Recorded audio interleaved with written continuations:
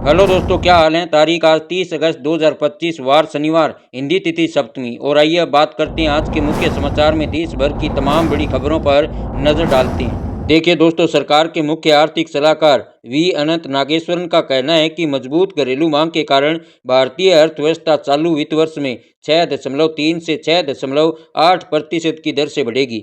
हालांकि अमेरिका के 50% टैरिफ के कारण जीडीपी के अनुमानों में कुछ गिरावट का जोखिम भी है। चलिए अगली खबर देखते हैं। दोस्तों, सोने के भाव में लगातार तेजी जारी है। बीते दिन यानी शुक्रवार को सोना 2100 रुपये बढ़कर 1,03,670 रुपये प्रति 10 ग्राम के नए शिखर पर पहुंच गया। वहीं चांदी भी 1,000 रुपये मजबूत हुई है। चलिए अगली खबर देखते हैं। आरबीआई ने विदेशी मुद्रा भंडार के आंकड़े जारी कर दिए हैं। अगस्त के आखिरी सप्ताह के दौरान विदेशी मुद्रा भंडार 4.386 अरब डॉलर घटकर 690.72 अरब डॉलर पर पहुंच गया है।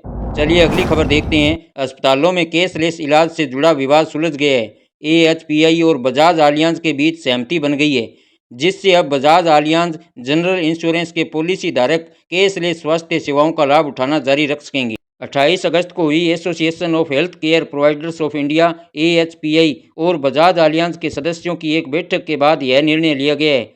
चलिए अगली खबर देखते हैं। भारत में सीएनजी नेटवर्क का विस्तार हो रहा है और 2030 तक 18,000 स्टेशन बनाने का लक्ष्य रखा गया है। केंद्रीय मंत्री हरदीप सिंह पुरी ने इसकी जानकारी देते हुए बताया कि स्वच्छ ऊर्जा के तहत भारत 2030 तक सीएनजी स्टेशनों की संख्या दोगुनी करके 18,000 करेगा।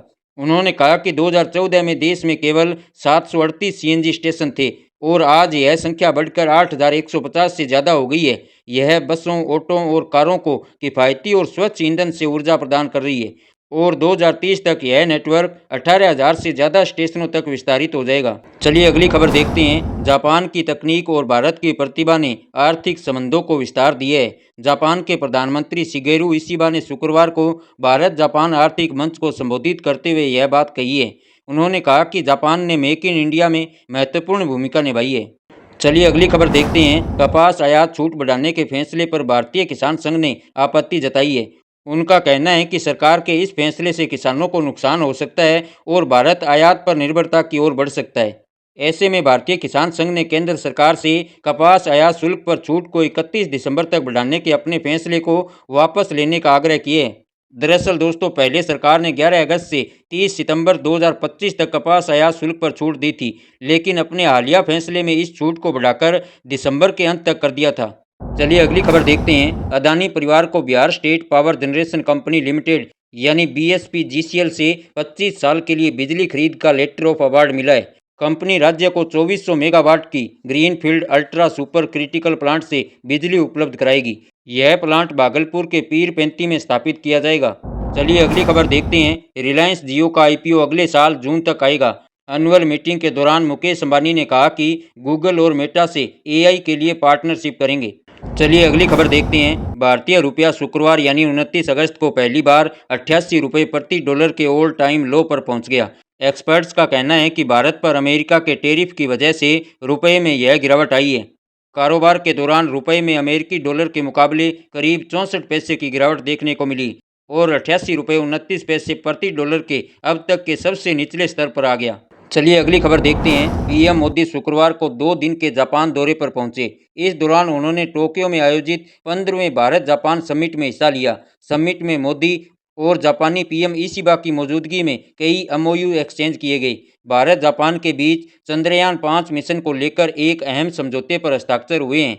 यह मिशन दोनों देशों की अंतरिक्ष एजेंसियों का जॉइंट ऑपरेशन होगा। इसमें दोनों मिलकर चांद के दक्षिणी ध्रुव की स्टडी करेंगे। समिट में जापानी पीएम इशिबा ने भारत में अगले 10 सालों में 10 ट्रिलियन येन यानी करीब 6 लाख करोड़ रुपए निवेश करने की बात कही है। चलिए अगली खबर देखते हैं। हिमाचल प्रदेश के चंबा जिले के भरमौर में भारी बारिश के बीच मणिमहेश यात्रा पर निकले 11 श्रद्धालुओं की लैंडस्लाइड में मौत हो गई है। मृतकों में 3 पंजाब, 1 उत्तर प्रदेश और 5 चंबा के रहने वाले हैं। 2 लोगों की अभी तक पहचान नहीं हुई है। तो वहीं उत्तराखंड के रुद्रप्रयाग, चमोली, बागेश्वर और टिहरी गढ़वाल जिले में बादल फटने से 5 लोगों की मौत हो गई। एसडीआरएफ ने रुद्रप्रयाग में 40 और कुंभ गांव में 30 लोगों का रेस्क्यू किया है। तो वहीं पंजाब के फिरोजपुर में बारिश के चलते 62 गांव प्रभावित हुए हैं। प्रशासन ने 2500 से ज़्यादा लोगों को अब तक सुरक्षित जगह पर पहुंचाया है। चलिए अगली खबर देखते हैं। पश्चिमी बंगाल की टीएमसी सांसद महुआ मोइत्रा ने गृह मंत्री अमित शाह पर विवादित बयान दिया है। उन्होंने शुक्रवार को नादिया जिले में घुसपैठ मुद्दे पर कहा कि सीमा सुरक्षा की जिम्मेदारी गृह मंत्रालय की होती है। अगर घुसपैठ हो रही है तो अमित शाह का सिर काटकर टेबल पर रख देना चाहिए।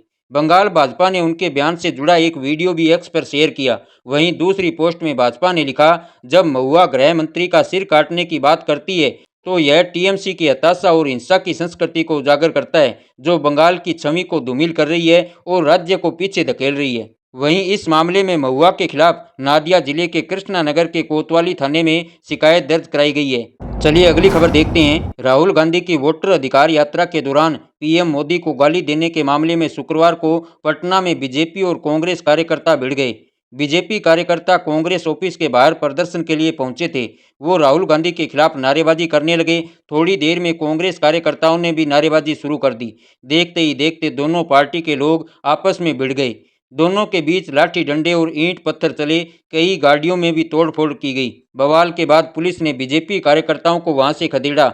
इसके बाद कांग्रेस कार्यकर्ता जमीन पर बैठकर प्रदर्शन करने लगे। 30 मिनट तक चले प्रदर्शन के बाद पुलिस ने सभी कांग्रेसियों को सड़क से हटाकर जाम खुलवाया। चलिए अगली खबर देखते हैं। देश में पहली बार किसी शैक्षणिक सत्र में शिक्षकों की संख्या 1 करोड़ से ज़्यादा पहुंच गई है। हालांकि देश भर में 1,04,125 स्कूल ऐसे भी हैं जिनमें केवल एक ही शिक्षक हैं। वहीं 7,993 स्कूलों में एक भी नामांकन नहीं है, यानी वहां कोई नहीं पढ़ता। हालांकि पिछले सत्र की तुलना में इन दोनों आंकड़ों में कमी आई है।